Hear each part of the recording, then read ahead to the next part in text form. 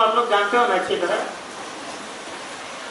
हाँ हूँ करते रहे तो आनंद ले रहे हैं। कौन सा इसमें कोई कोई आपकी परीक्षा थोड़ी ली जा रही है भाई कि आपको फेल हो गई पास हो गई। तो कॉमन सेंस की टॉक्स है। तो लक्ष्मी बाई आप लोग जानते हैं ना सभी लोग। ऐसा कोई हो जो लक्ष्मी बाई नहीं जानते, जरा वो हाथ ऊंचा करे तो नहीं जानता लक्ष्मी बाई में कोई बात। चलो एक तो ईमानदारी से कर हम नहीं जानते, बाकी लोग भी ईमानदारी से करेंगे हम जानते, वो भी ईमानदार आप ईमानदार। अगर आप लक्ष्मी को जानते हैं अच्छी तरह, पहले मैंने पूछा था जानते हैं, अब मैं कह रहा हूं अगर आप लक्ष्मी को जानते हैं अच्छी तरह, फर्क पड़ रहा है कि नहीं? अच्छी तरह जानना और क्यों जानना, आप लक्ष्मी सब कुछ प्राप्त कर पाएंगे कि नहीं? ये भी हाँ फटफट बोल रहे, एक घंटा बचा तो आपको बोल दिया तो क्या समझ रहा है नहीं समझ रहा।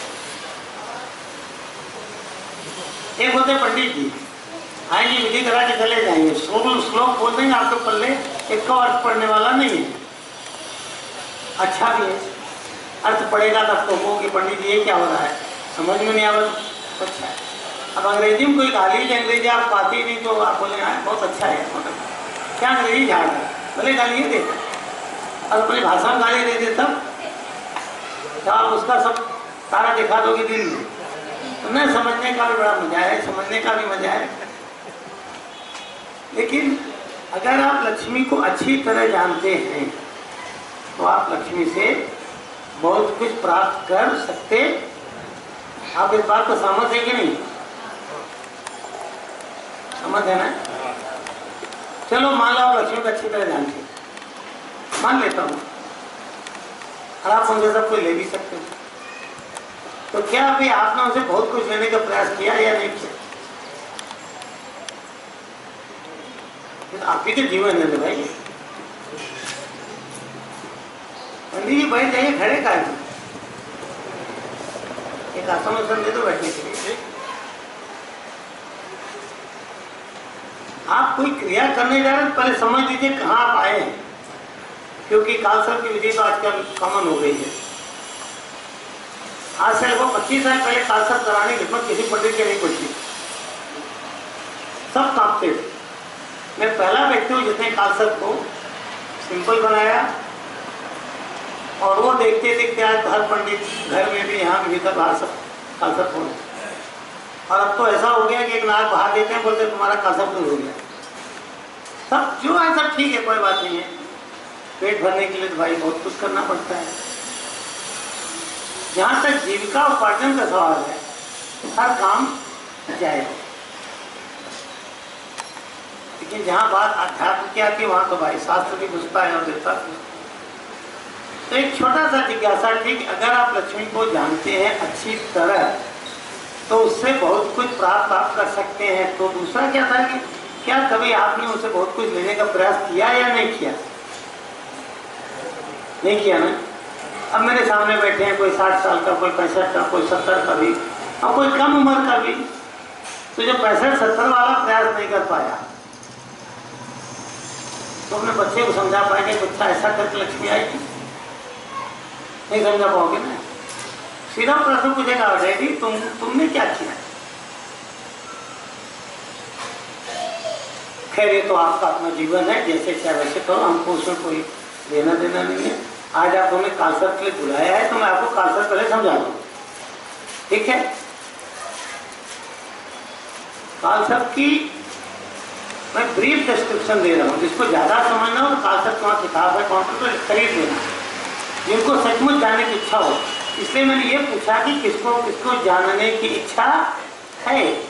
अब मुझे पता है हाथ तो आपने उठा दिया तो किताब लोगे नहीं, इसका मतलब कि आपको जानने की इच्छा पूरी नहीं। आपको अपना आकलन करना है, मेरा आकलन नहीं। गुरु जी को कौन सा ले जाए, गुरु जी को क्या है क्या नहीं आप तभी समझ पाओगे जब मेरे लेवल पर होगे। केजी का स्टूडेंट किसी बड़े भारी वैज्ञानिक की बात नहीं समझ पाएगा, लेकिन ये तो आपके लेवल पर। अगर आपको जिज्ञासा है कि कालसर्प क्या होता है, आप किताब ले लेनी चाहिए, और उसको एक बार नहीं पढ़ना चाहिए, उसको 2500 बार पढ़ना चाहिए, जब तक कि वो अच्छी तरह समझ में न आ जाए। अच्छी तरह, और जब अच्छी तरह समझ में आ जाए चाहिए, तब उस काल सर्प के देवता को खड़ा करके उनसे अच्छी तरह अपने दोषों को दूर करवाने का प्रयास करना चाहिए। जब समझ में आएगा तब होगा।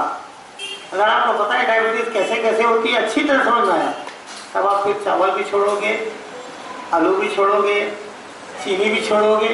अब अच्छी तरह समझ में नहीं आता तो आप बोलोगे नहीं चीनी छोड़ दो, चावल में क्या है। और जब काल सब समझने लगेंगे धीरे धीरे आपका जीवन भी सुधरने। बहुत साल पहले भांडू को हमारे ऑफिस में एक भोलेनाथ की तस्वीर पड़ी थी, शिवलिंग की। उसके ऊपर नाग हमेशा उनके साथ रहता है, शिवलिंग के साथ तो रहता ही है। शिव का मूर्ति है तो भी नाग रहेगा, शिव तो बिना नाग के नहीं होता। कल मैंने शाम के प्रश्न पूछा कि आखिर शिव के साथ नाग क्यों लगे रहते हैं और नाग का सृष्टि में क्या महत्व, करते क्या है, जानना भी चाहिए। और मैंने कहा था कि आज प्रवचन में किसी समय में उस चीज को समझाने का प्रयास करूँ, शाम को मैं समझाऊंगा, अभी तो नहीं, अभी तो खाली कांसेप्ट समझा। तो उस फोटो को मैं देखते देखते कांसेप्ट के बारे में विचार आया। मैंने भगवान से इतना का आह्वान किया, उनसे मैं नहीं बात कि भगवान क्या होता है, ये कालसर्प होता है कि नहीं होता है, प्रश्न नंबर 1। और अगर होता है तो क्या ये दूर हो सकता है। अब तो प्रश्न भी नहीं सुनते और तो बैठे और देखते हो कहीं और, तो आप क्या समझोगे उसको। वास्तव में तो आपको समझाना बेकार है क्योंकि रुचि नहीं है। लेकिन अब भगवान ने मुझे गुरु बना के भेजा है तो मेरा कर्तव्य है कि मैं समझाने का प्रयास करूं। एक टीचर क्लास में समझाने का, पढ़ाने का प्रयास करता है, स्टूडेंट पढ़े चाहे न पढ़े, तो मैं प्रयास करता हूं। जो कुछ हमारे उनके बीच में वार्ता हुई वो सारी की सारी वार्ता उस कालसर्प के पुस्तक में 2 पेज में लिखा हुआ है। आप वो लेके पढ़ लेना कि वो क्या कह रहे हैं शेषनाग जी। उसका सारांश जो मनसा माई ने बताया, वो कहती है कि जितने भी पाप और दोष हैं, जितने भी पाप और दोष, वो किस चीज में कन्वर्ट होते हैं, श्राप में। किसमें,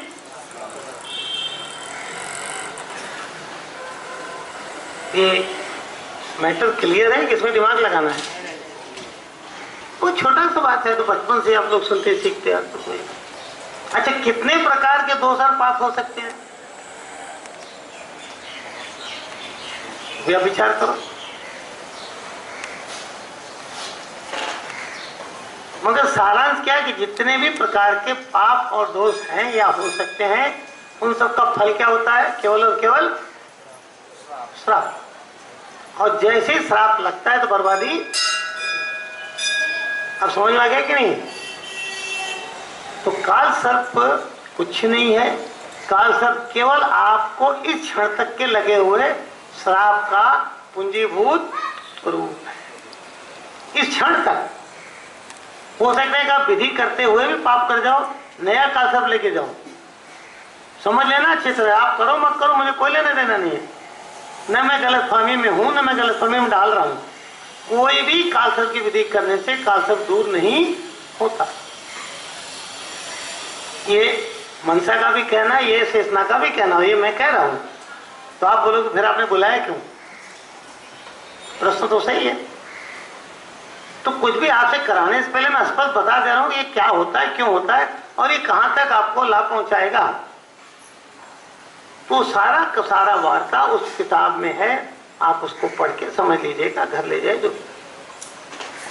काल सर्प करने विधि करने से क्या होता है कि आपकी बुद्धि का कुछ दोष घट के आपकी बुद्धि सद्बुद्धि की तरफ प्रेरित होने लगती है।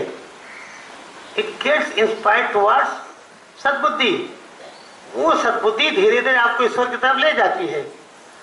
ईश्वर की तरफ जाने से, उनके प्रति कर्म करने से धीरे धीरे धीरे धीरे आपका पुण्य बढ़ना शुरू होता है। वो बढ़ता हुआ आपका पुण्य क्या खींचता है, आशीर्वाद। बढ़ता हुआ पाप क्या खींचता है? श्राप। बढ़ता हुआ पुण्य क्या खींचता है? वो आशीर्वाद जितना आता जाता है उतना आपका काल सब दूर। समझ गए कि नहीं? लोग आते बोलते गुरुजी हम नासिक गए, हम उज्जैन गए, हम कालहस्ती गए, हम वहाँ चांदोड़ गए, हम वहाँ गए, काशी भी गए, वहाँ करा, कुछ हुआ नहीं। वो होएगा ही नहीं। लोग मुझसे बोलते हमने कुछ किया नहीं गुरुजी, फिर शनि क्यों सता रहे हैं? मैं भी पूछता हूँ, कुंडली आपकी इस जन्म से बनी कि पिछले जन्म के कर्मों पर बनी?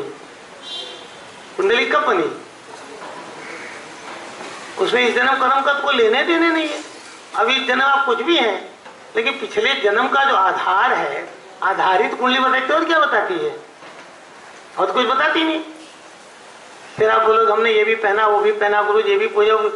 कोई भी दुनिया की पूजा पाठ कर्म कांड की विधि इतनी सक्षम बनी ही नहीं है जो सारे दोष को काट के फेंक दे। पर जितनी विधियां हैं सब कुछ हद तक आपको अनुकूलता देने का प्रयास करती हैं, धीरे धीरे धीरे धीरे आपको आगे की तरफ, अच्छाई की तरफ ले जाते। इतना ही सारांश है। और काल सर्प की जो मूल देवी है, क्योंकि जहां सांप होगा वहां मृत्यु होगी। और मृत्यु का अर्थ क्या है? अगर कर्जा मांगने वाला आपसे कर्जा मांगे और आप छिपने लगो और भगवान मना, भगवान मरी जाऊं तो अच्छा है, क्या जी रहा हूं, तो मृत्यु तुल्य जीवन है कि नहीं? आपके जीते ही आपके घर का कोई मर गया, अल्पायु जिसको आप नहीं चाहते, तो आप जीना चाहते हो? जीवन में ऐसे लाखों बिंदु है जहां पर आदमी जीना नहीं चाहता, और जब जीना नहीं चाहता वो अवस्था को क्या कहते हैं? मृत्यु। मृत्यु के डिफिनेशन को यही नहीं हम मरी गए, क्योंकि मरता तो है नहीं, आत्मा तो मरती नहीं, तो मृत्यु तो है ही नहीं वास्तव में। लेकिन जहां तक भौतिक शरीर का प्रश्न है, ये तो है। दूसरी बात, नागों को हमेशा काल ही माना जाता है, और नाग जिसको डसता है उसके डसने जो व्यक्ति मरते हैं वो निश्चित रूप से महापापी होते हैं। तो साधारण लोग जल के मरना, ये सब मरना फिर भी गनीमत है, लेकिन सांप के कांटे से मरना साधारण दोष नहीं होता है। कुत्ते के कांटे से मरना, बिना पानी की तड़प को मरना साधारण दोष नहीं होता है, भैरव जी का दोष होता है। बंदर के कांटे से मर जाना, सांड दौड़ा के मार दे आपको जान से, ये सब दोष छोटे दोष नहीं होते। समझ में तो नहीं आता है, पर जो कुछ था मैंने आपको समझाने का प्रयास किया। उस मनसा को प्रसन्न करो, क्योंकि आपके जीवन में अगर रोग भी बढ़ता चला जा रहा है, मान लो कोई ऐसी बीमारी हो गई जो बढ़ती जा रही, कैंसर, कैंसर कितना देर बढ़ता है? वो घटते ही नहीं जल्दी। कुछ भी दवाई दो, एक गांठ निकालो दूसरी गांठ आ जाती है। और घर में झगड़ा कला घटता ही नहीं, बढ़ता ही जाता है, बढ़ता ही जाता है। कुछ भी कर लो तो नतीजा क्या होता है? या तो बीवी भाग जाए, तो आप भाग जाए, बच्चे भाग जाए, और नहीं तो जाके लटक जाओ कहीं। जो भी हो, तो हर वो चीज जो आपकी शांति को भंग कर रही है, स्वास्थ्य को नष्ट कर रही है, लक्ष्मी को भी नष्ट कर रही है, वो सारी चीजें उस काल सर्प के अंतर्गत धीरे धीरे आती ही हैं, और उनसे बचने का कोई भी कंक्रीट उपाय नहीं। एक ही उपाय है कि आपको कसम खा लेना चाहिए कि हम गलत काम नहीं, जो किए सो किए। नहीं जानते थे, पूर्व जन्म तो देखा ही नहीं, अब उसमें क्या कर सकते हैं? पर इस जन्म इतना पुण्य कमा जाए कि पिछले हजारों जन्मों के भी दोष दूर हो जाए। इस जन्म में हमारी और हमारी 21 पीढ़ी का भी पुण्य इतना प्रकट कर जाऊं कि न मैं मरूं गरीबी में, न हमारी 21 पीढ़ी गरीब हो। 21 क्या, मैं तो बोलता हूं आपकी जितनी भी पीढ़ियां आती रहे। अगर ये समझ में आए तो काल सब समझ में आता है। बाकी खाली विधि से होना होना कुछ भी नहीं। हाँ, एक पुण्य प्रकट जरूर होता है, थोड़ा बहुत फल मिलता है। अब थोड़ा बहुत ये मिलेगा, भाई मान लो बार बार सांप देख लो, दिखना बंद हो जाएगा, वो इंडिकेशन है कि आपको काल सर्प हुआ। कभी कभी आपके परिवार में जो पितर लोग अकाल मृत्यु होते हैं, मरे हुए, तो वो सब भी भटकते हैं, तो वो भी काल सर्प में ही आते हैं, क्योंकि कुंडली में राहु और केतु का ही खेल काल सर्प का है, और कुछ है नहीं। और पितरों को राहु से ही बताया समझाया जाता है, क्योंकि उन्हें छाया ग्रह कहा जाता है। छाया मतलब जो है नहीं फिर भी प्रभाव डाल रहे हैं, तो पितर आपको नहीं दिख रहे हैं, बस प्रभाव डालते रहते हैं। तो ये सिस्टम मैंने आपको संक्षेप में समझाया। यहाँ विधियाँ जो कराई जाती हैं प्रामाणिक कराई जाती हैं, उसमें आपको श्रद्धा रखनी चाहिए, भावना रखनी चाहिए, ज़्यादा इफ्स एंड बट्स नहीं करना चाहिए। फिर भी आपके मन में कोई संशय हो तो आप कार्यकर्ताओं से या जो भी लोग हमसे पूछिए, हमसे भी पूछिए, क्योंकि संशय नहीं रहना और यहाँ से जो कुछ विधि आपको बताई जाती है, कराई जाती है या यहाँ कुछ दिया जाता है तो आपके भले के लिए दिया जाता है, ये भी ध्यान रखना। अगर ये कहा जाएगा कि भाई ये यंत्र है या कोई विग्रह है, इसको ले जाओ अपने घर में कुछ दिन पूजा करो, तो आप उस पर कुछ दिन पूजा करो, उसमें हम लोगों को सही क्या लेना है, कुछ उसमें हमारा है क्या लेन देन। मुझे एक उदाहरण याद आता है, जब मैं अपने गुरुजी का शिष्य था, एकदम नया नया सन 80 की बात है, तो एक सेठ के पास मैं गया, मैं केमिकल का बिजनेस था मेरा। मैंने उससे कहा हमारे गुरुजी की पत्रिका की सदस्यता ले लो। गुरुजी का आदेश था भाई मेंबर बनाते हो ज्ञान फैले। 60 रुपए की पत्रिका थी उस जमाने में साल की। सेठ बोलते हैं एक बात बताओ जोगी जी, इसमें आपका क्या है, आपका इसमें कितना है। मुझे बड़ी हंसी आई। मैंने कहा गुरु ने काम कहा है मेंबर बनाओ, इसमें मेरा क्या होगा। बोलता है अरे यार मैं दुनिया पहचानता हूँ, बिना कुछ आप इसमें अपना रखे उनका पत्रिका बनवाओगे कैसे दस। बोला उसकी अपनी सोच है। मैंने कहा सेठ तुम पत्रिका मत लो, अच्छा है। बोला क्यों, 60 रुपये मेरे लिए क्या चीज़ है। मैंने कहा नहीं, तुम उसके लायक नहीं हो, क्योंकि तुम जिंदगी भर यही देते हो, उसे मेरा क्या, तुम ये देख ही नहीं पाओगे, उसको पढ़ के तुम्हारा क्या बनेगा। तो जो कुछ यहाँ कराया जाता है, कुछ समझाया जाता है और आपके भले के लिए, फिर भी आपको कोई चीज़ लगे कि नहीं यार ये मुझे नहीं जम रहा है, तो उस चीज़ को आपको छोड़ देना। क्योंकि किसी भी अवस्था में आपके मन में अशांति और संशय प्रकट नहीं होना। समझ गए कि नहीं। अगर आपको लगे कि नहीं यार ये मुझे नहीं करना चाहिए तो बेटर नॉट टू डू। अगर आपको लगे कि यहाँ का प्रसाद नहीं खाना चाहिए या नहीं लेके जाना चाहिए, डोंट टेक।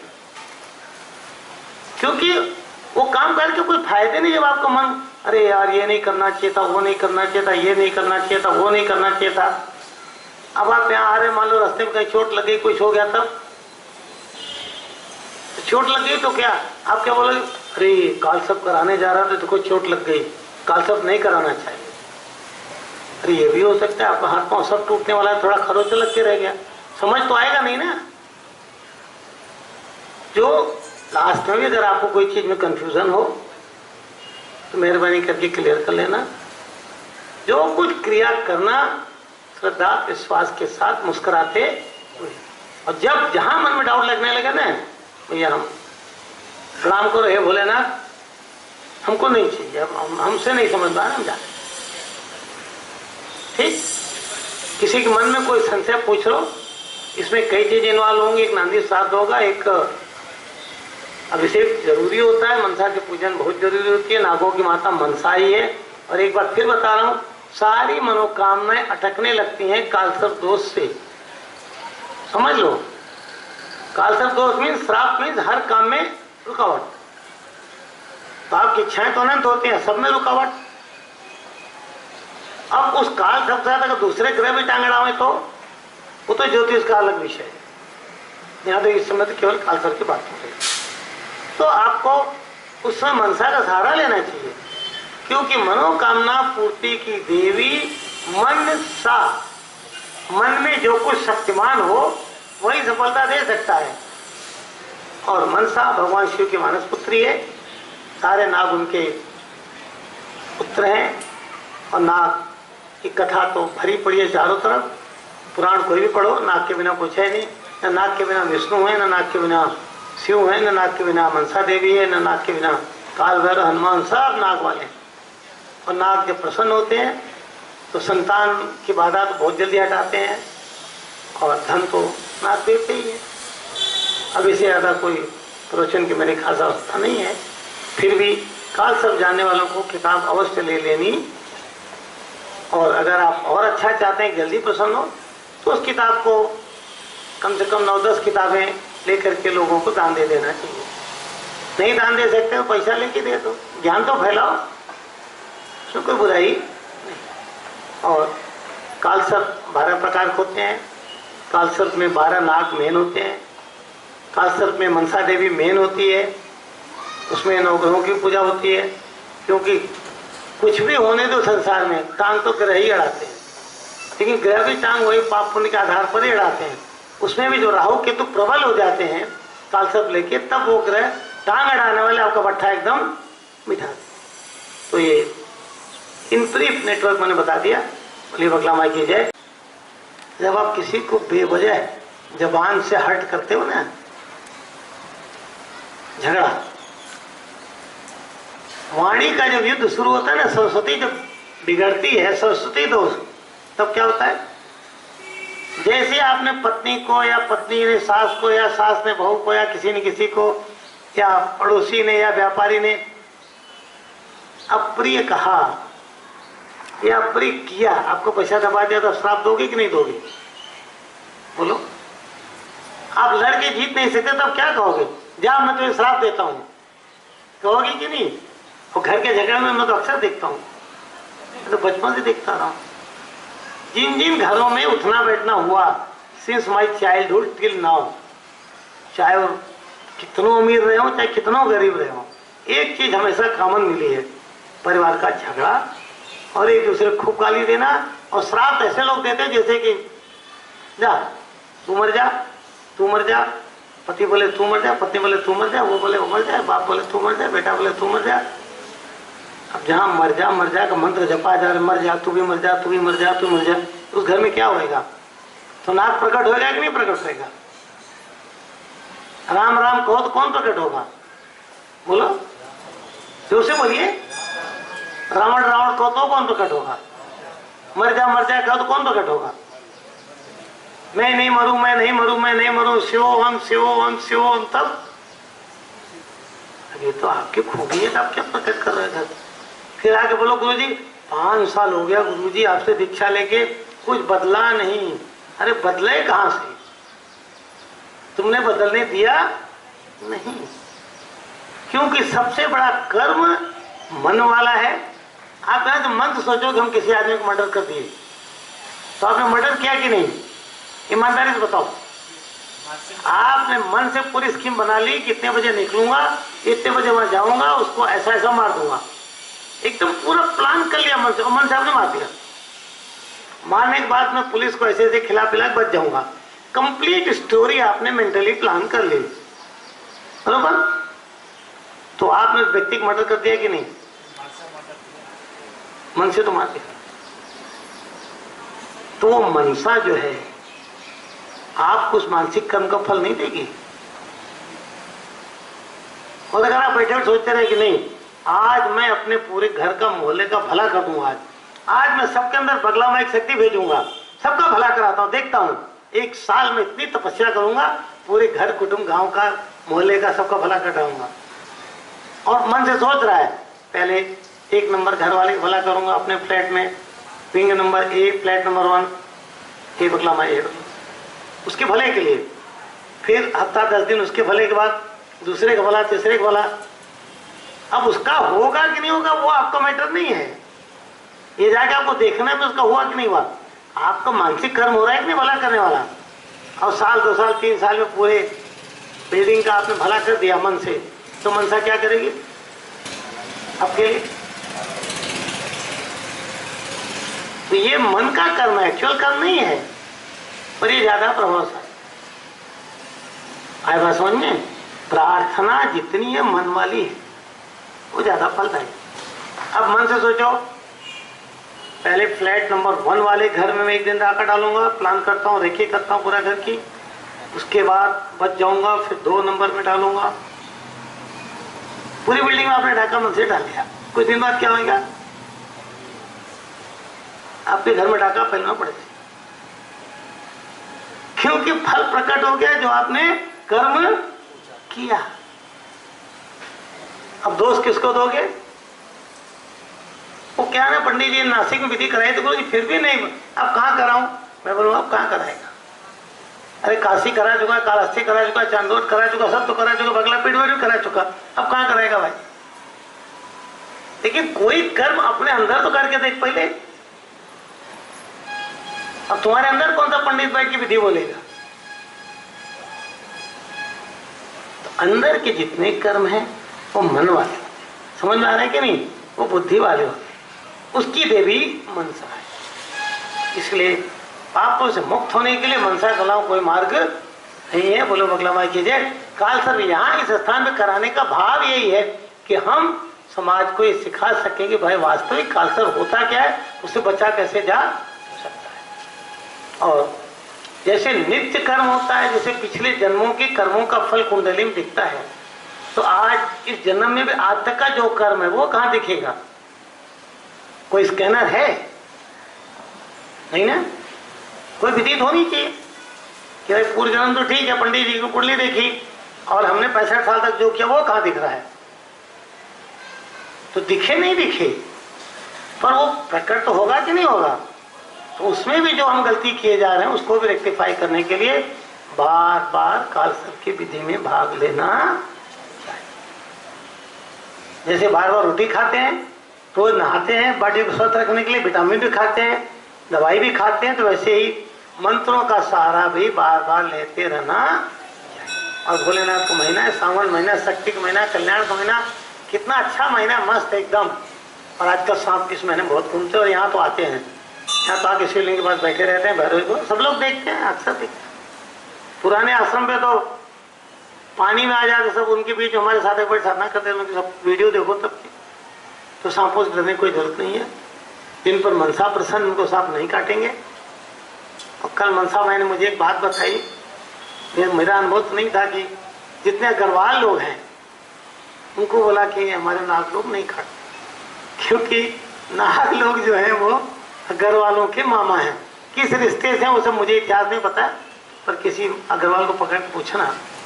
तो ये ऐसा मनसा माँ ने मुझे कल संकेत दिया था। और मनसा जब प्रसन्न होती है तो उसको कहते हैं विषहरी महाविद्या। कौन सी महाविद्या? विषहरी। तो जीवन में जितने विष हैं उनको वो,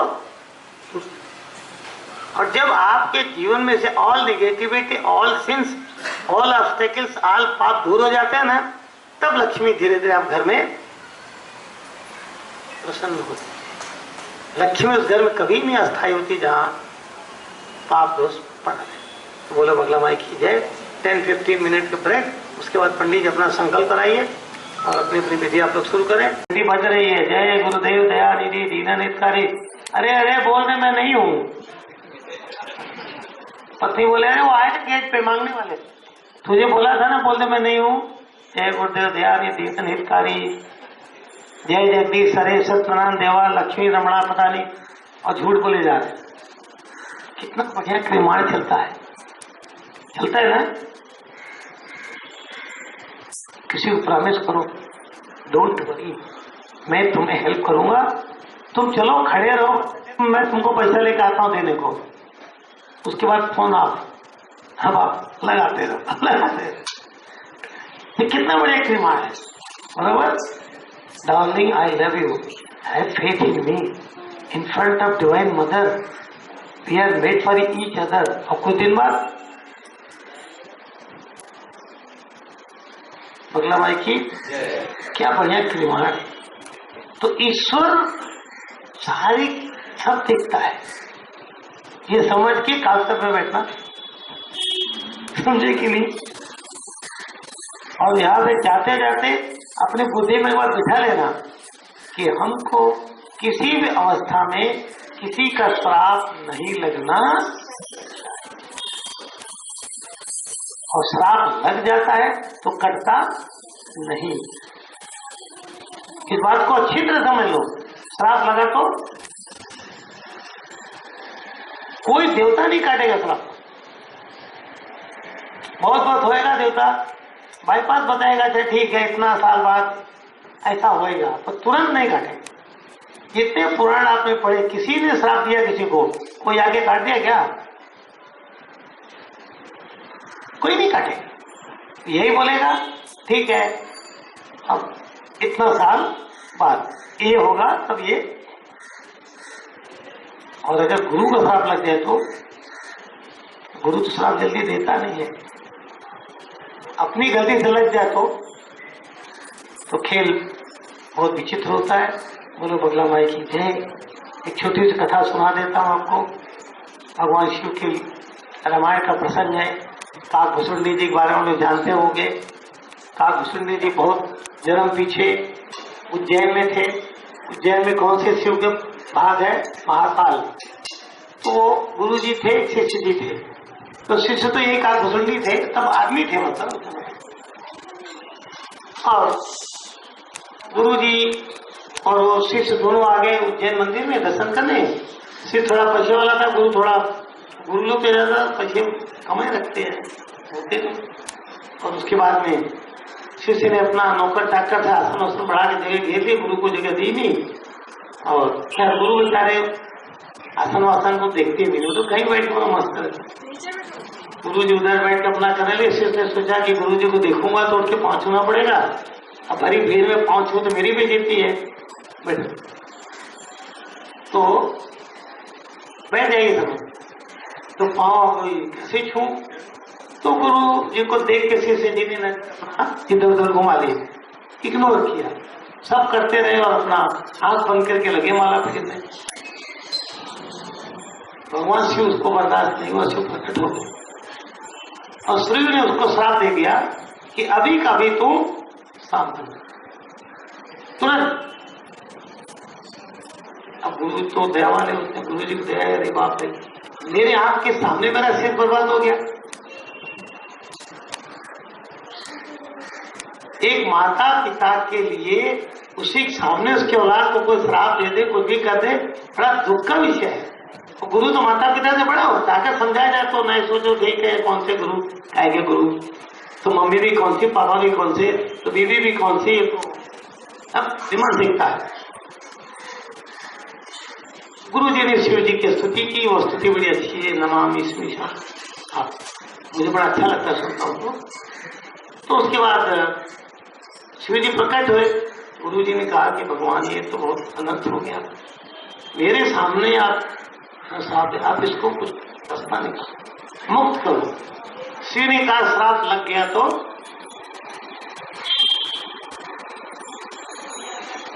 अब गुरु गीता कहती है कि शिवोरुष्टे गुरु त्राता। अगर शिव नाराज है तो गुरु बचा सकता है। तो गुरु के पास भी वीटो पावर होती है, कभी कभी लगाता है। मैंने बहुत बार लगाया, शिव से ही लगाया। लगाना चाहिए।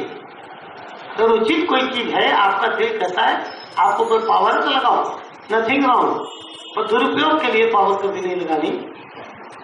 तो शिव ने कहा ठीक है गुरु जी, अब भाई आप कह रहे हो तो मैं इसके लिए रास्ता बताऊं। तो उन्होंने बाईपास दिया कि ये बहुत जन्म लेगा, अभी तो सांप ही बनेगा अभी तो, और जब तक सांप से फिर मनुष्य नहीं बनेगा तब तक उद्धार का रास्ता नहीं खुलता। ध्यान रख लो, उद्धार केवल मनुष्य योनि में आके ही संभव है।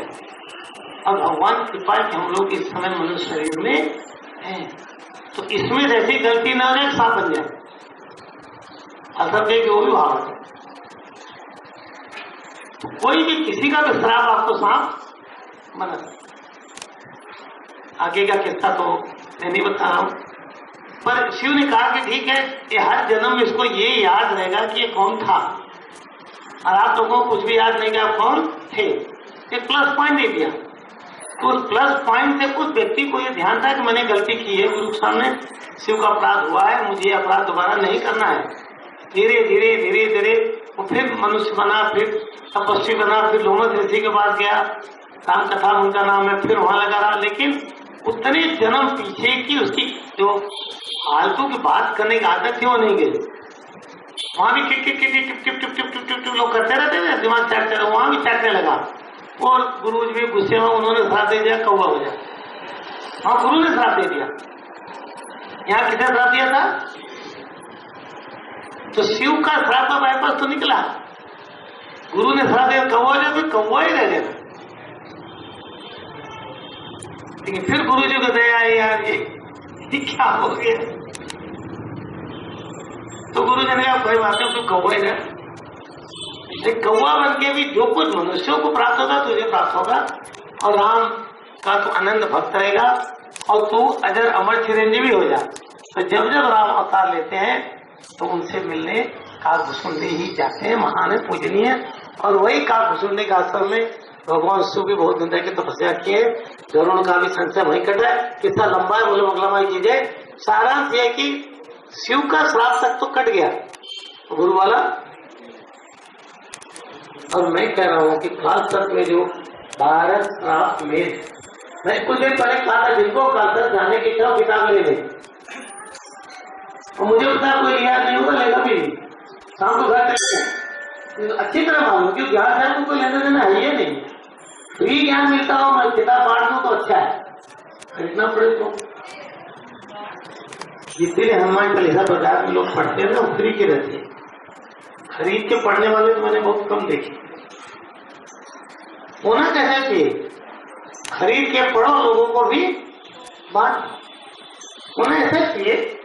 तो खैर उस काल सर्प के बारे में ये जो घटना हमने आपको बताई, आप ध्यान रखें। उन 12 जो श्राप लगते हैं, प्रमुख श्राप, उसमें पत्नी का भी नाम आता है,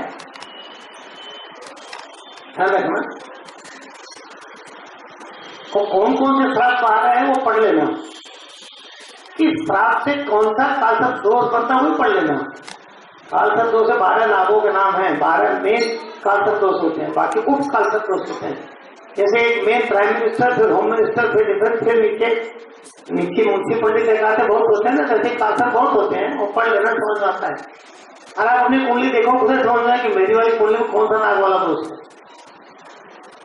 बस बोले ना कि बड़ी मेहनत करके उसे बनाया गया है।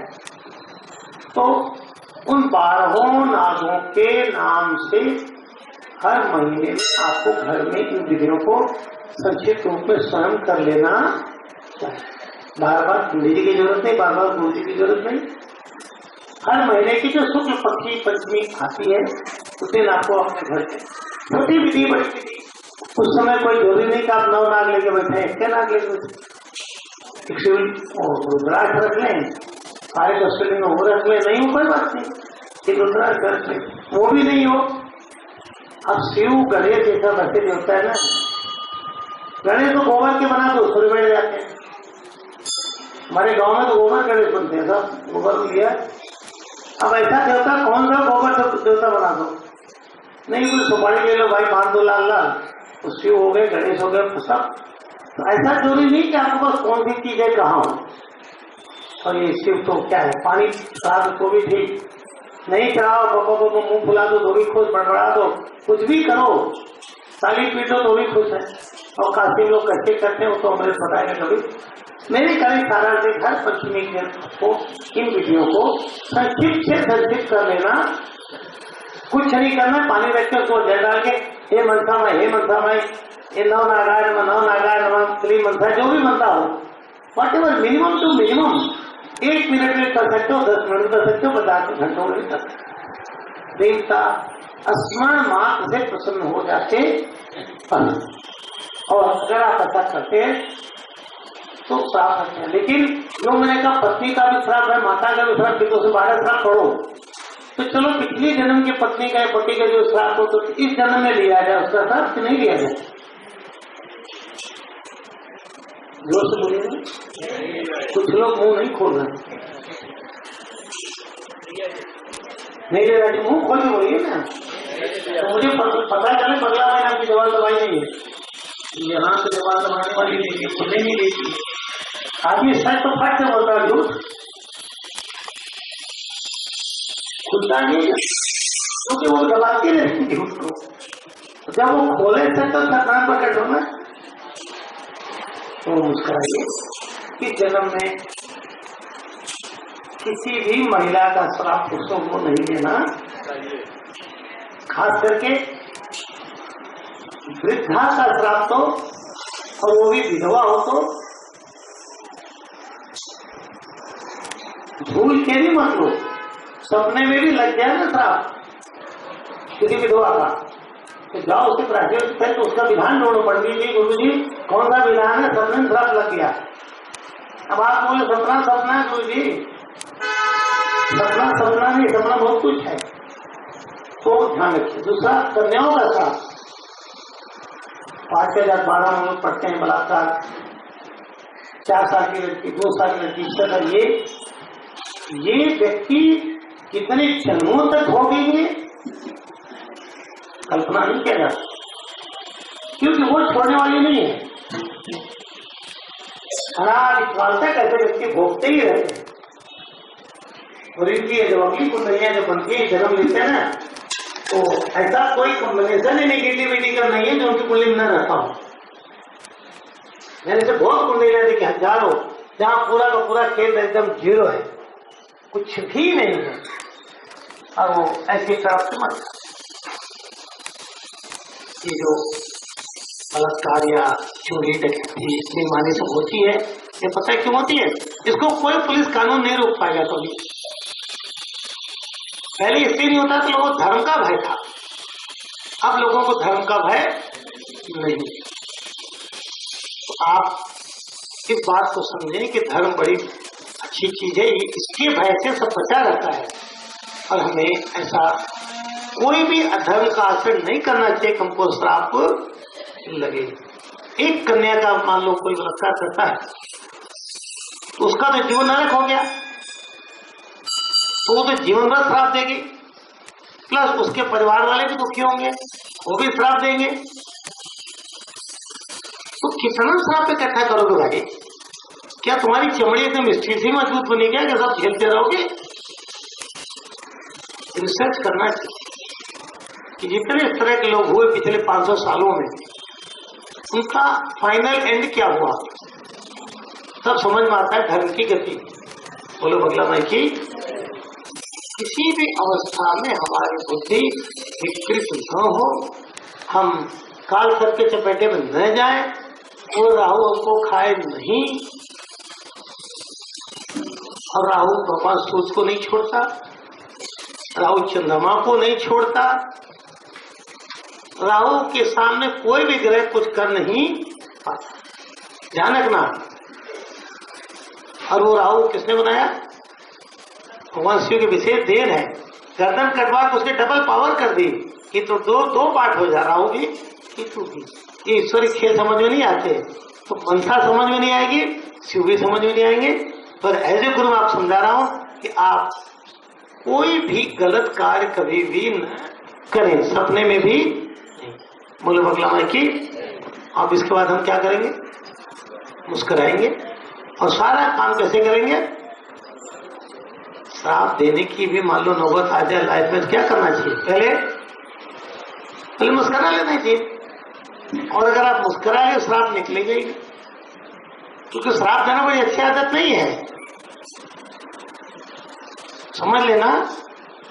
और खास करके महिलाओं की जबान तो भाई भगवान ज्यादा ही चलाते हैं, वो तो फटाफट श्राप में लगते, तो फिर पति लोग भी रिएक्शन करने लगते हैं कि हम प्रताड़ित हैं गुरुजी, तो हमने भी बोल दिया। तो जो भी हो मुस्कुराइए, बोलिए बगला माई की जय।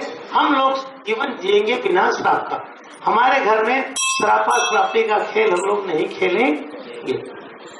ये मेरा आज आपको एक उपदेश है, बाकी काल से बदल दो आना है। मैं आपको ज्ञान देने के लिए बुलाता हूँ, और एक बार फिर फाइनली बता रहा हूँ, माँ के सामने बोलो कि मुझे स्वयं से स्नान मनसा ने सबने आशीर्वाद दे रखा है। अगर मैं अपने पाँव 11 बार किसी छुआ लूँ या 100 बार छुआ लूँ या आशीर्वाद दे दूँ 100 बार 11 बार, तो उसका काल सब अपने आप क्षण होने लगता है। मुझे विधियों की जरूरत नहीं, और विधियां इसलिए करवाई जाती, कर्मकांड जीवित रहे, ज्ञान जीवित रहे। आई बात समझ में? तो ये बगला पीठ ये ऐसा शक्ति धाम है जहाँ मां स्वयं प्रकट हुई है। यहाँ अनुष्ठान रोज होते हैं, तपस्या 24 घंटे होती है, यज्ञ 24 घंटे होते हैं, और ये वह भूमि है, ये मंदिर नहीं है, ये साधना स्थली है। दिन भर घंटे पर नहीं बजाए जाते, टान टान टान, ऐसा नहीं है। और यहाँ पंडित बैठा है किसी टीका लगाने वाला, ऐसा भी नहीं है। और यहाँ केवल सिद्ध और गुरु ही पैदा होंगे, उनकी तपस्या से आने वालों का कल्याण होता जा रहा है, होता जाएगा अनादिकाल तक। तो इस महत्व को भी समझें, दुनिया को भी समझाएं। काल तक फाइनली मैं आशीर्वाद दूंगा, क्षण होना शुरू होगा, डोंट वरी। अब मुस्कुराते रहिए, और पंडित जी जो भी करावे करते रहिए। और अगर बीच में नींद आ जाए बहुत अच्छा है, ठीक है ना। न्यूनम संपूर्णता बद्धे सद्दो बद्धे तमच्युतम।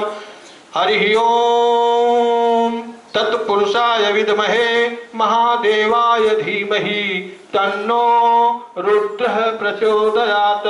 हरि ओम नवकुल नागाय विद्महे विषदंताय धीमहि तन्नो सर्पः प्रचोदयात्। सेवंतिका वकुल चंपक पाटलाब्जै पुन्नाग जात करवीर रसाल पुष्पहि वीरवा प्रवाल तुलसी दल मंजरी भी ताम पूजयामि शिव शंकर में प्रसीद। नाना सुगंध पुष्पाणि यथा कालोद्भवानि च पुष्पांजलिर्मया दत्त गृहाण शिव शंकर। छोड़ दीजिए।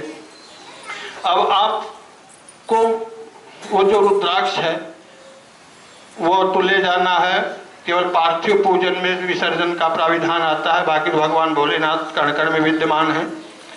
सर्पों को आप हाथ लगाएंगे, उनका विसर्जन करेंगे, वहीं छोड़ देंगे, उनका हम लोग विसर्जन करवा लेंगे आश्रम की तरफ से, केवल हाथ से स्पर्श करके आशीर्वाद लेते हुए।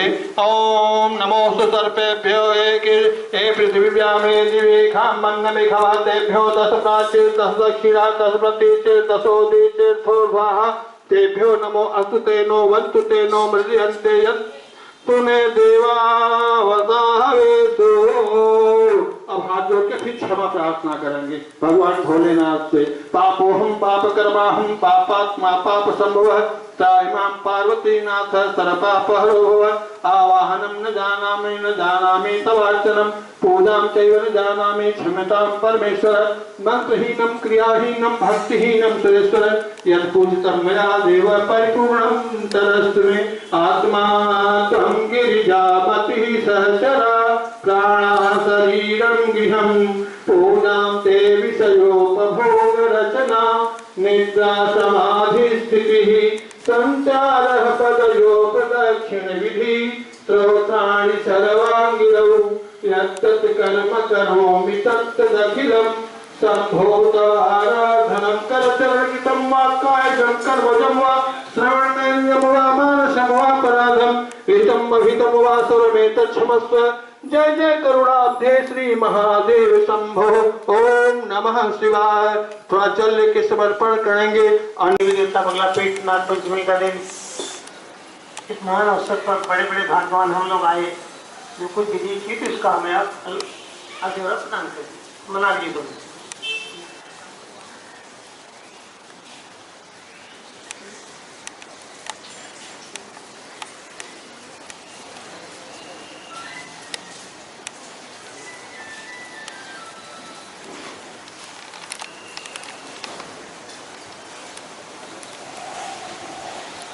शेषनाग महाराज की जिंदगी बनाई, आप प्रसन्न होकर के पूरी शक्ति के साथ हमारे साथ जीवन पर्यंत रहेंगे। शक्ति के साथ रहेंगे तभी काम करेंगे ना आपके लिए। जिंदगी बना ली भगवान के शक्ति से।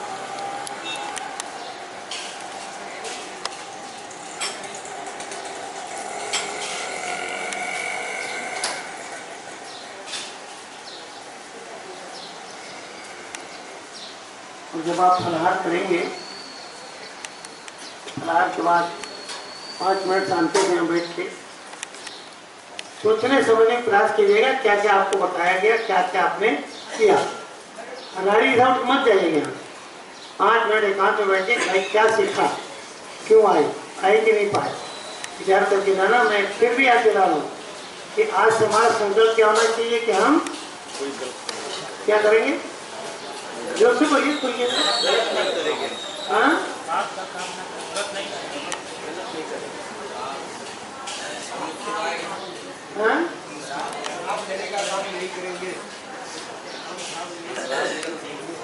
सांस लेने का काम हम नहीं करेंगे, राइट। तो ये तो नहीं करेंगे, हो गया तो करेंगे क्या।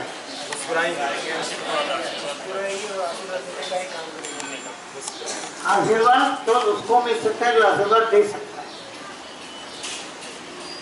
मन है ना। इसलिए पहले कुछ मिलने वाला नहीं है, देवताओं का नियम है फिक्स। जो हजारों लाखों खिला सकता है, अन्नपूर्णा उसको भरती दे सकता है। जो कुछ नहीं दे सकता वो ईश्वरीय राज्य का एक नियम है।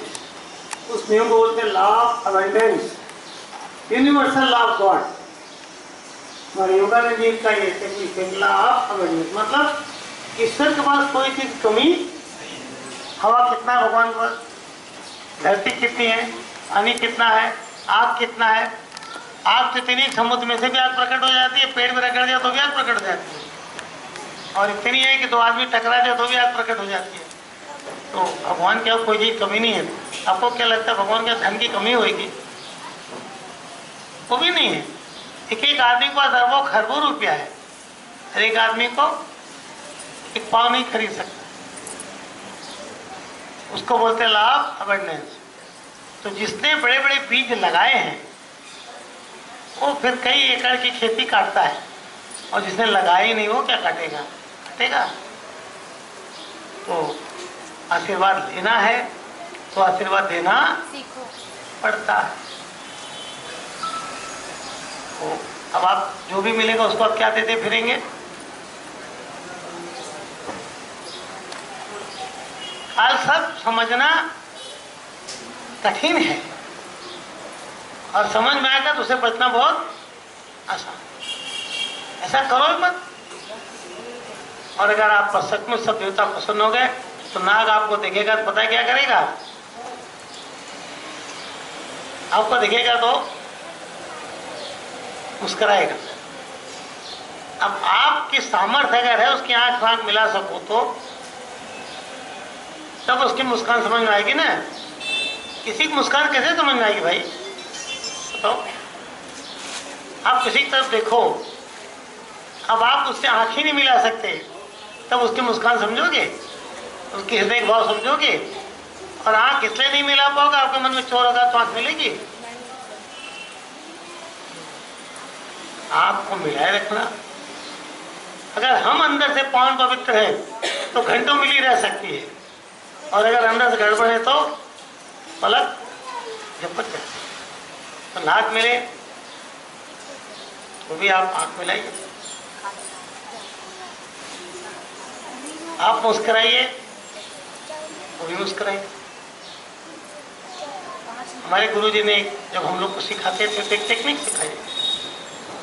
एक कुत्ता मान लो किसी ने अपने घर में पाला हुआ है, और आप उसके घर में जाते हो, कुत्ता बंधा हुआ है रस्सी में, आप बैठ गए, तो आपको कुत्ते को देख के डर लगेगा कि नहीं? अधिकांश लोगों को क्या होगा? डर लगेगा। और हम लोग बोले कुत्ते से नहीं डरना चाहिए। और मान लो कुत्ता कुछ नहीं कर रहा है और मालिक ने बता दिया भाई बहुत सिंपल है, हमारे आश्रम में घूमते रहते हैं, कुछ नहीं करते, किसी किसी काट भी लेता है, और जिसको काटता है पहले बोलता होता है किसको काटेगा जरूर, और उसको बता दे तो देखो भाई ये तुमको तो काटेगा ही, तो वो बोलते सबको तो नहीं बनेगा, देखो तुमको तो जरूर काटेगा। तो हम कैसे जान लेते किसको जरूर काटेगा? और हजारों को नहीं काटता, सभी गोद में आके बैठा है, एक को काट देगा और काटे देखो और काट लेता है भाई। तो मैं आपको टेक्निक बता रहा हूँ, तो नाम लिया खुद रहा है। तो आपने कुत्ते की तरफ देखा, उसने भी देखा, वो तो पहले देखेगा। हर बाहरी आने वाले को सबसे पहले कौन देखता है? कुत्ता। वो देखता ही है, वॉचफुल होते हो। उसने देखा, आपने देखा, दोनों की आंखें मिली, तुमने देखा मैंने देखा, प्यार हो गया। अब आंख मिली और उससे आंख मिलते ही आपके मन में अगर डर उठा तो अब यहां से विचार करना, अगर डर उठा तो आपके मन का डर आपकी आंखों के माध्यम से उसकी आंख से टकराएगी, समझ रहे हो कि नहीं? तो उसको भी आपसे डर लगेगा, तब तक वो नहीं डर रहा आपसे। आपके मन में डर उठा और टकराया उसकी आंख से, उसके मन में उठा, तो वो भी थोड़ा अलर्ट होएगा। पहले तो ऐसा रहेगा ना, फिर ऐसा हो जाएगा। तब तक आपने सोचा अरे यार ये तो गर्दन सीधी कर रहा है, तब आप जरा और इधर उधर देखोगे डंडा वंडा है कि नहीं कुछ, तो आपकी आंखें मूव होने लगी। जब आंखें मूव होने लगती है तो इसका नीयत खराब हो रही है, कहीं ना कहीं कुछ तो गड़बड़ हो रहा है। तो आपकी जब आंखें मूव होंगी तो उसकी भी आंखें धीरे धीरे आप आंखों के साथ, अब मान लो आप इधर देखो तो उधर ही देखेगा, क्योंकि आप और वो उससे मेंटली ट्यून्ड, आपको पता नहीं चल रहा है, पर अननोइंगली आप ट्यून्ड। और उसी वक्त आपको कहीं डंडा दिख गया और आपने सोचा डंडा उठा लूं, और आपने डंडा धीरे से उठाया, तो डंडा आपने उठाया, इसका मतलब आपके मन में अब ये भावना उठेगी कि अब मैं इसको मारूंगा, उठेगी कि नहीं जरूरत पड़ने पर। तो आपकी भावना फिर उसकी आंख से, उसके मन में से टकराएगी, ये मुझे जरूर, तो आपको छोड़ेगा, तब गुर्र करेगा, मतलब वो चेतावनी दे रहा है। अगर वहां तक संभल गया, नहीं संभला तो फिर कुछ भी हो सकता है, आप भी मार सकते हो, भी काट सकता है। तो बोलो बगला माई की जय। तो आशीर्वाद लेना, आशीर्वाद देना, और आशीर्वाद देने से पहले आपके मन में एक गुण पैदा होना चाहिए, उसको बोलते हैं क्षमा। कामाख्या माई के 3 वचन लिखे हैं, इसको पढ़ना। अगर मुझे टाइम बचा तो मैं फिर 5-7 मिनट प्रवचन करूंगा, नहीं तो नहीं भी करूंगा, इसको कोई वो नहीं है। फिर जब मैं कामाख्या धाम में पहली बार गया था तो माँ ने मुझे 3 वचन जब प्रकट होके दिए, तो पहला वचन ही था, शत्रु को भी क्षमा करना सीखो। और अगर आप शत्रु को क्षमा करना सीखो, नहीं सीखो, अपने परिवार वालों को भी अगर क्षमा करते हो, बीवी को, बच्चे को, दादा को, दादी को, नाना को, नानी को, किसी को भी, स्टाफ को, नौकर को, तो कम से कम वो तो आपको आशीर्वाद देगा कि नहीं। तो क्षमा करना सीखना उस काल सबसे बचने का पहला एक सूत्र। तो घर में जब आप जाएंगे तो थोड़ा आप अपने अंदर वाले सांप को थोड़ा कम प्रकट करेंगे, फुफकारेंगे कम, समझ रहे हो कि नहीं। थोड़ा थोड़ा शिव बनने की प्रक्रिया करें, शांत होना शुरू करें, धीरे धीरे आप शिव बन जाएगा, मनसा बन जाएंगे। मेरा आपको आशीर्वाद है। आपको इसके फलाहार के लिए ब्रेक दिया जा रहा है। फलाहार के बाद हवन करेंगे, उसके बाद छाया पात्र का दान करेंगे। उसके बाद में सारी क्रियाओं को पूर्ण होने के लिए आपको एक और विधि बताई जाएगी, पूर्व जन्मकृत पाप दोष समन प्रयोग। आज आपको घर में मेहनत करनी पड़ेगी 10-5 मिनट। आप करना नहीं करना कोई कंपल्सरी पार्ट नहीं है वो। ये तो मैं आपको सब बोनस इसलिए दे रहा हूँ कि आप जल्दी से प्रोग्रेस कर जाओ, और आप प्रोग्रेस कर जाओगे तो मुझे बड़ी खुशी होगी कि हमने सही प्रयास किया। आपको खुश करने के लिए मैं कुछ नहीं कर रहा हूँ। जिस पदवी पर, जिस पद पर मुझे देवताओं ने बैठाया, उस पद के साथ मैं न्याय कर रहा हूँ, दैट्स ऑल। और वो आपको घर में मंत्र है, तो बटुक भैरव का मंत्र होता है, वो मंत्र शाम को लिखवा दिया जाएगा। उसमें 10-5 मिनट में जो भी आपकी इच्छा हो जाके बैठ करें। और ये जो 2 नाग आपको रुद्राक्ष दिए गए ना, तो आपकी इच्छा हो तो आप छोड़ जाना, आपकी इच्छा ले जो आपकी इच्छा को, उसमें कोई बंधन किसी प्रकार का नहीं, क्योंकि शिव का अभिषेक जिस रुद्राक्ष पर होता है श्रावण में तो महान हो ही जाता है। फिर भी किसी को लगे कि नहीं हमको नहीं ले जाना तो मत ले जाना, कोई फर्क उसमें नहीं। एक बार पितरों का आह्वान होता है तो उन्हें भी अगर आप घर में ले जाकर रख के कुछ उनकी पूजा करो पितृपक्ष तक, बहुत अच्छा है। लेकिन आपको लगे नहीं यार इनको लेके मैं क्यों जाऊँ, कौन लफड़ा पाले, मत ले जाना। लोग तो जिंदा माई बाप को साथ नहीं रहना चाहते, लफड़ा नहीं पालना चाहते। आज के ज़माने में तो ये हो गया कि भाई शादी होते ही बहू बोलेगी पहले अलग करो सबको, एक साथ करो। तो जो आपके ऊपर है उसमें कोई दोष नहीं है, क्योंकि काल सब के वो सब पार्ट नहीं है, समझ रहे हो कि नहीं। तो आपको लगे ले जाना, नहीं लगे यहाँ सब छोड़ देना। बाकी की जिम्मेदारी हमारी है, हम उन देवताओं से कैसे निपटेंगे तो मेरा अपना आपको। बस जाइए आप लोग फलाहार करिए, और जो मंत्र देना है नेक्स्ट राउंड में दे देंगे। आप आधे घंटे के अंदर फलाहार अगर कर लेते हैं जल्दी जल्दी, तो जल्दी मैं हवन वगैरह समाप्त करके मैं भी फ्री हो जाऊँ, मैं भी थोड़ा जाऊँ रेस्ट करूँ। अगर आपको लेट लगता है तो इसमें इस क्षण तक के सब आते हैं। और दूसरा ये भी समझ गए होंगे कि नया श्राप हमको इकट्ठा नहीं करना चाहिए। और तीसरा ये कि श्राप से तभी बचा जा सकता है जब हम किसी को प्रताड़ित न करें, उत्तेजित न करें, ऐसा गलत न करें बस। और और अपनी बुद्धि को हर पल हम ईश्वर की तरफ लगाते रहें तो श्राप हमको न लगेंगे, न देने की नौबत आएगी। कभी कभी लोग बिना बात के लोगों को श्राप देते हैं, क्या मैं तो श्राप दे रहा हूँ, वो लगता नहीं। सबका श्राप भी नहीं लगता, सबका आशीर्वाद भी नहीं लगता। अगर सबका आशीर्वाद लगता तो सभी की माताएं अपने बेटे बहुत आशीर्वाद और वो फलित होता है। तो श्राप भी बहुत लोग बहुत देते, नहीं लगता। इसलिए नहीं लगता कि ईश्वर को पता है कि इस श्राप या आशीर्वाद के मूल में सच्चाई है या नहीं। तो श्राप आशीर्वाद दोनों भगवान कब लगने देंगे? जब उसमें उसकी बेचना चाहिए। आपको किसी ने प्रताड़ित किया, आपने श्राप दिया, कुछ नहीं क्या नकली प्रताड़ित हो तो ये ऐसे खेल हमको नहीं करने चाहिए। और श्रावण महीना चल रहा है, अभी चलेगा, रक्षाबंधन तक श्रावण है, उसके बाद भी 15 दिन चलता है, महाराष्ट्र का, गुजरात का प्लस आपके नाथ का। तो आप ये मान के चलो कि साल भर श्रावण ही है, तो शिव प्रसन्न करो, उसमें क्या जाता है। कम से कम शिव प्रसन्न करोगे तो गलत काम तो नहीं करोगे ना। तो आप ध्यान रखेंगे, रक्षाबंधन के दिन आप लोग यहाँ जरूर आइएगा ताकि आपकी रक्षा होती है। और रक्षाबंधन केवल भाई बहन के बीच का नहीं है, वास्तविक रक्षा केवल और केवल ईश्वर कर सकते। बाकी भौतिक जगत में कोई किसी रक्षा नहीं कर सकता। कब कौन सा रक्षक भक्षक बन जाएगा पता नहीं चलता। प्रधानमंत्री इंदिरा गांधी जी को उनके रक्षक मार दिया, ड्राइवर के भरोसा बैठे हो गाड़ी में, उसी की गाड़ी क्रैश हो जाती, आप भी नहीं पड़ जाते, ड्राइवर भी नहीं पड़ जाते। प्लेन का भी ये होता है। तो वास्तविक रक्षा कौन कर सकता है? केवल और केवल। तो रक्षाबंधन का मतलब ये है कि भगवान हमारे आपके बीच में एक ऐसा बंधन बंधा रहे। बंधन माने अस्थि नहीं, प्यार,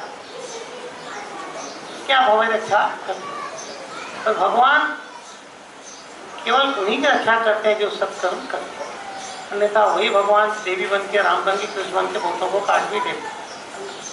अगर आप रक्षा चाहते हो अपनी तो सावधान रहना अभी से।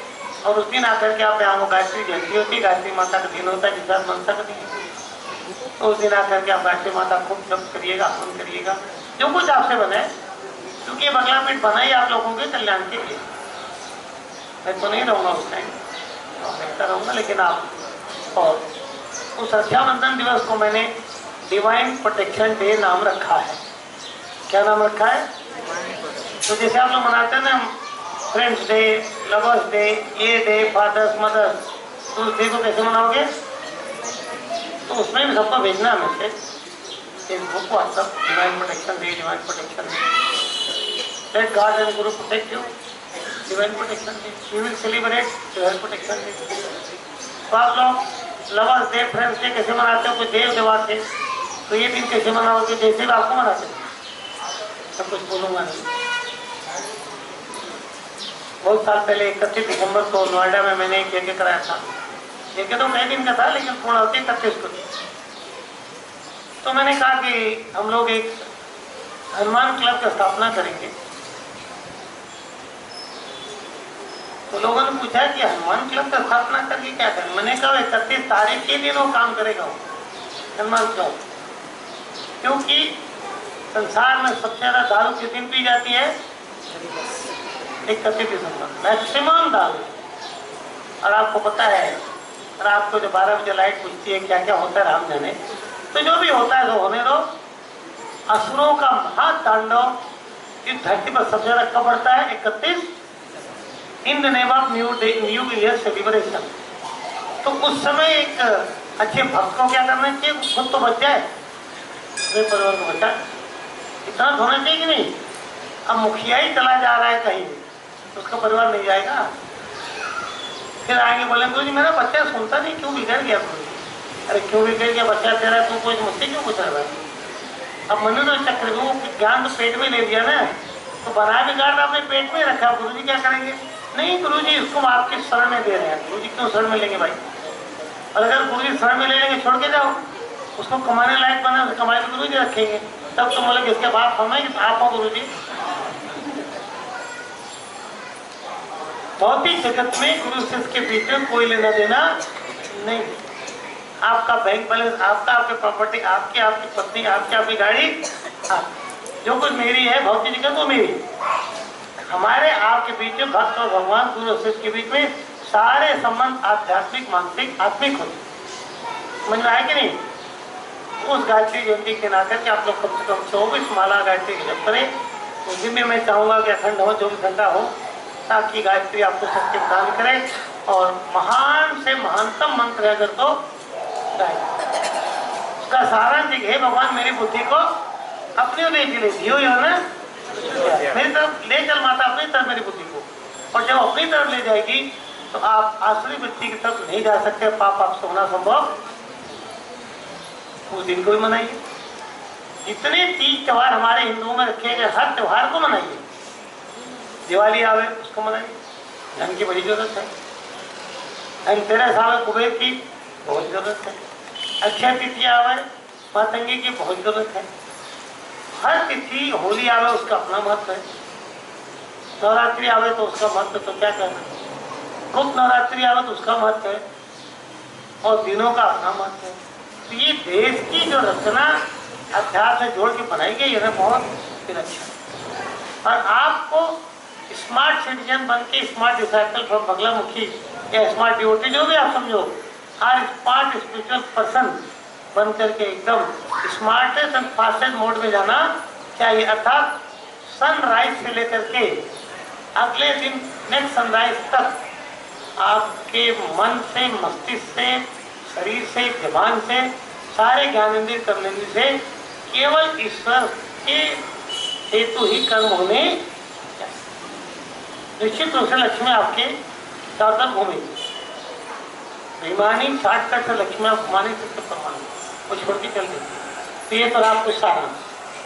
और नवरात्रि में इस बार हम लोग यहाँ पे श्री विद्या का कोरोना वर्चन करेंगे, श्री विद्या की दीक्षाएं देंगे, श्री विद्या के बारे में समझाएंगे कि वो उच्चतम श्री विद्या क्या है जिसको पाने के लिए लोग दुनिया भर भटकते हैं। श्री विद्या लिमिट की नहीं, तो नास्तिक लिप तैयार रहिएगा। सभी लोगों को पत्रिका की सदस्यता ले लेनी चाहिए ताकि आपको सूचना मिलती रहे कि शासन पर कब कहाँ क्या हो रहा है।